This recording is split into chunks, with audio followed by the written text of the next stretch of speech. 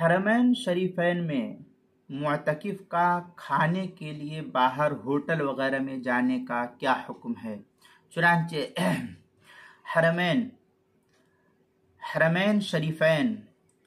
حرم مکی کے اندر کھانے کا سامان اندر لانے کی اجازت نہیں ہوتی ہے۔ عام طور پر حرم مکہ میں کھانے کا سامان بیت اللہ کے اندر لانے کی اجازت حکومت کی طرف سے نہیں ہوتی ہے، لہذا رمضان المبارک میں وہاں اعتکاف کی جو لوگ سعادت حاصل کرتے ہیں، اللہ تعالیٰ اولاً ان کے اعتکاف کو، ان کی عبادات کو قبول فرمائے، اور ہمیں بھی اعتکاف کی اور رمضان المبارک کے اندر حرم مکی کے اندر اعتکاف کی سعادت نصیب فرمائے، آمین۔ بہرحال جو لوگ وہاں اعتکاف کی سعادت حاصل کرنے والے حضرات ہیں، اگر مغرب کے بعد جو ان کا قریبی ہوٹل وغیرہ ہوتا ہے جہاں وہ ٹھہرتے ہیں یا قریبی ہوٹل ہے،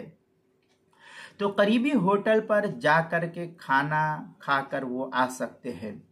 یا اسی طریقے سے باہری صحن میں نکل کر کھانا کھائیں تو اس میں بھی کوئی حرج نہیں ہے، اگر حکومت کی طرف سے کوئی پابندی نہ ہو اور پھر باہر صحن میں بیٹھ کر کے کھانا کھائے، تو ہوٹل والے کو کہے کہ صحن میں لا کر کے دے دو، اگر وہاں لا کر کے دے دیتے ہیں اور وہاں وہ کھاتے ہیں تو وہاں وہ کھانے کی اس کو اجازت ہے، وہاں کھانے میں کوئی حرج نہیں ہے، کیونکہ یہ ایک انسانی ضرورت ہے، اس کے بغیر انسان رہ نہیں سکتا ہے، اور کوئی لا کر کے دینے والا بھی نہیں، اور لا کر کے دینے والا ہے تو حرم کے اندر کھانے کی اجازت نہیں ہے۔ البتہ کھانے کے بعد وہاں بیٹھنے کی اجازت نہیں ہے، وہاں بیٹھا نہ رہے، بلکہ کھانے سے فارغ ہو اور فوراً جو ہے وہاں سے نکل کر کے حرم کے اندر داخل ہو جائے،